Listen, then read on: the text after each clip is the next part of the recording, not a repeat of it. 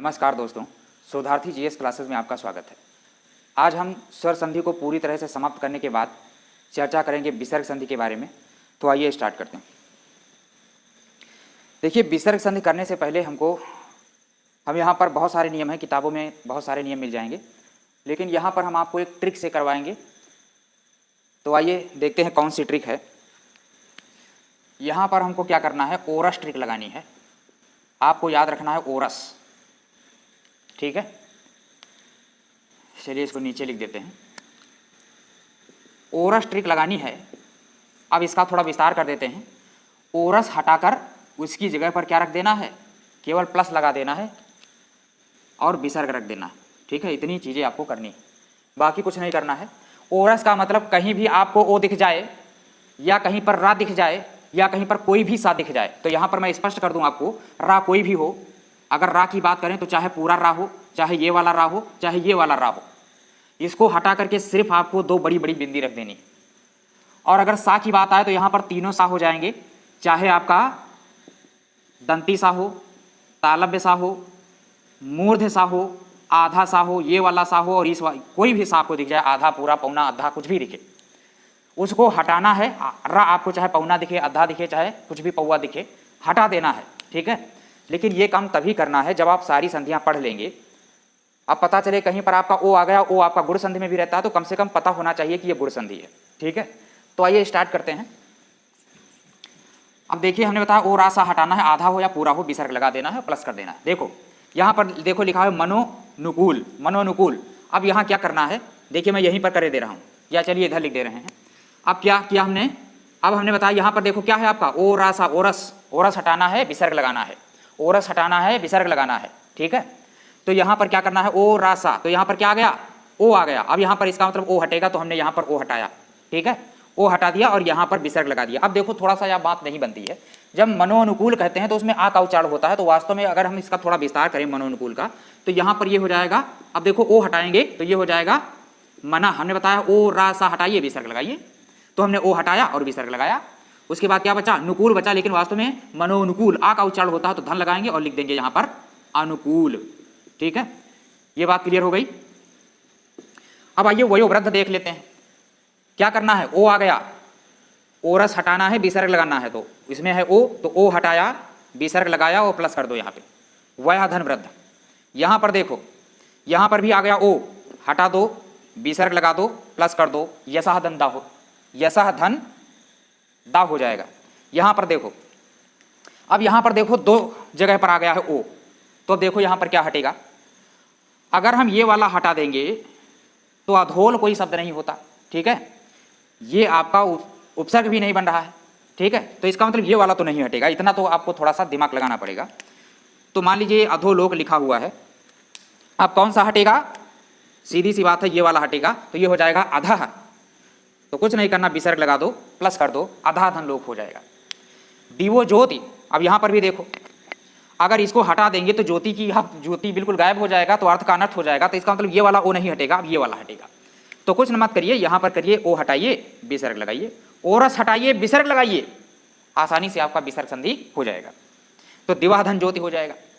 अब देखिए यहाँ पर कोवप लिखा हुआ है, तो यहाँ पर क्या होगा, ओ आ गया, कुछ मत करिए, ओ हटाइए और विसर्ग लगाइए, कह धन अपि हो जाएगा। तपोभी भूमि, क्या आ गया ओरस में, ओरस का यहाँ पर ओ आ गया, हटाइए, विसर्ग लगाइए, प्लस करिए, तपह धन भूमि। यहाँ पर भी ओ आ गया, हटाइए, विसर्ग लगाइए, प्लस करिए, मनः धन रथ। मनोहर, ओ आ गया, हटाइए, बिंदी रखो बड़ी बड़ी, मनः धन हर। मनोभिलाषा, कुछ नहीं करना, ओरस का ओ आ गया, हटाइए, दो बिंदी रखिए, प्लस कर दीजिए, मनः धन भिलाषा। अब थोड़ा सा ये देख लीजिए, मनः धन भिलाषा, मनोभिलाषा लिखा था तो आ का उच्चारण हो रहा था, तो यहाँ पर हम क्या कर देंगे, मनः धन अभिलाषा कर देंगे, आ जोड़ देंगे इसमें, मनः धन अभिलाषा, ठीक है। तो ये हो गया।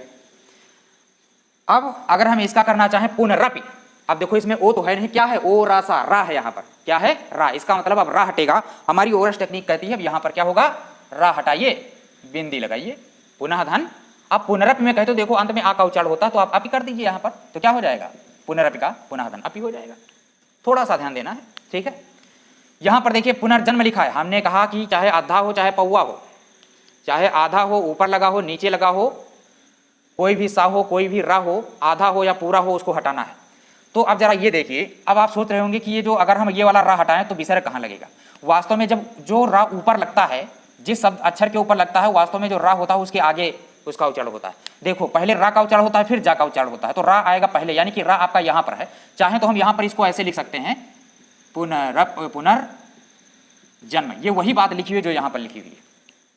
और जो नीचे रा लगता है तो जिस शब्द में, जिस अक्षर में लगता है वो उसके बाद उसका उच्चारण होता है। जैसे अग्र, मान लीजिए अग्र कहा गया तो अग्र में गा का उच्चारण पहले होता है, फिर रा का होता है, अग्र, रा का उच्चारण बाद में हो रहा है। लेकिन अगर यहाँ पर लिख दिया जाए अर्क, तो अब देखिए ये वाला जो रा है इसका उच्चारण कुछ यहाँ हो रहा है आके जस्ट बाद, तो अर्क, तो जहां पर जिसका उच्चारण हो रहा है वहीं पर विसर्ग लगाना है। तो कुछ नहीं करना है, इसको हटाइए, ठीक है। अब रा यहाँ पर है ना, ये वाला रा यहाँ पर है, तो इसको हटाएंगे और क्या करेंगे, सीधे सीधे विसर्ग रख देंगे, हो जाएगा पुनः धन जन्म। अंतर्धान, ये वाला रा कहाँ है, इसके आगे है, जिस पर लगा है उसके आगे, तो इसको हटाएंगे और सीधे क्या करेंगे, विसर्ग रख देंगे, अंतः धन धान हो जाएगा। दुर्जन, ये वाला रा यहाँ पर है, इसको हटाइए और यहाँ पर दो विसर्ग रखिए और प्लस कर दीजिए, दुह धन जन हो जाएगा। यहाँ पर देखिए, यहाँ पर रा आ गया, ओरस टेक्निक, ओ रासा आए कहीं पर भी। अब देखो रा के पीछे ये रा है और ये ऊ है। अब देखो यहाँ पर ऊ छिपा हुआ है, जब इसको अलग करोगे तो उपाय हो जाएगा। तो यहाँ पर हम लिखे दे रहे हैं, नी हो गया और ये पूरा रा हट गया, ये वाला जो आपका रा हट गया और रा की जगह पर हमने बताया हटाना है, उसकी जगह पर विसर्ग रखना है। अब देखो ऊ बचा हुआ है, तो हम लिख देंगे उपाय। बहुत आसान सा तरीका है। निर्भय को देखिए, ये रा जो है आपका यहाँ पर है आगे, तो सीधी सी बात, इसको हटाएंगे और यहाँ विसर्ग रख देंगे, क्या हो जाएगा, निधन भय हो जाएगा। अगला देखिए आशीर्वाद, ये जो रा है आपका वा के ऊपर लगा है, ये इसके पहले आ जाएगा, तो सीधी सी बात, इसको हटाएंगे और यहाँ पर सीधे विसर्ग रख देंगे, क्या हो जाएगा, आशी धनवाद। नमस्ते, अब देखो सा वाला आ गया, हमने ओ वाला भी देख लिया, रा वाला भी देख लिया, अब सा वाला भी देख लिया, आधा रा भी देख लिया, पूरा रा भी देख लिया हमने। अब देखो यहाँ पर सा आ गया, तो सा को देखिए, अब ओरस, नमस्ते आ गया तो ओरस में क्या आ गया हमारा, सा आ गया, वो भी नहीं है, रा भी नहीं है, सा है, तो सीधे क्या करेंगे, सा हटाइए, बिंदी रखिए, नमः धन ते हो जाएगा। सा हटाइए, बिंदी रखिए, नमः धनकार हो जाएगा। निस्तेज लिखा हुआ है, सा हटाइए, बिंदी रखिए, निधन तेज हो जाएगा। मनस्ताप, सा हटाइए, बिंदी रखिए, मनः धन ताप हो जाएगा। तो इस तरह से आप कर सकते हैं। आइए कुछ और उदाहरण देखते हैं। निश्चल, ओरस, हमने बताया था कोई भी सा आ जाए, आधा हो, पूरा हो, तालव्य हो, मूर्ध हो, दंत हो, कोई भी, तो इसको हटाइए, बिंदी रखिए, निधन चल हो जाएगा निश्चल का।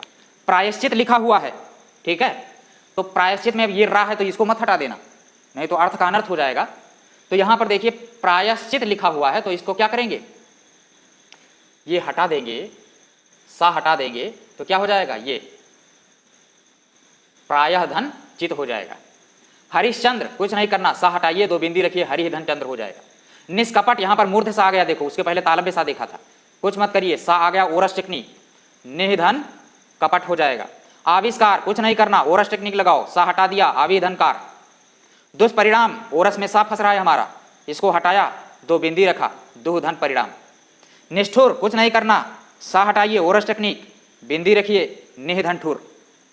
निश्चल, निश्चल का क्या होगा, यहां पर देखिए सा आ गया, तालव्य सा है, हटाइए, बिंदी रखिए, निधन छल हो जाएगा। तो ये कुछ हमने उदाहरण देखे। एक नियम और है, दो चार नियम और हैं, लेकिन इतना ही पढ़ लेंगे पर्याप्त है। बाकी आप टेक्स्ट बुक से पढ़िए और अच्छे से प्रैक्टिस करिए और आपका सारे सवाल सही हो जाएंगे, ठीक है, कुछ अपवादों को छोड़ के।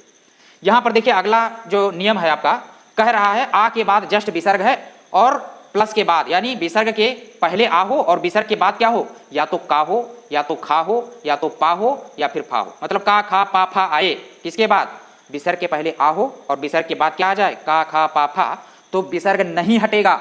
अब वहां पर आपको विसर्ग नहीं हटाना है, ठीक है।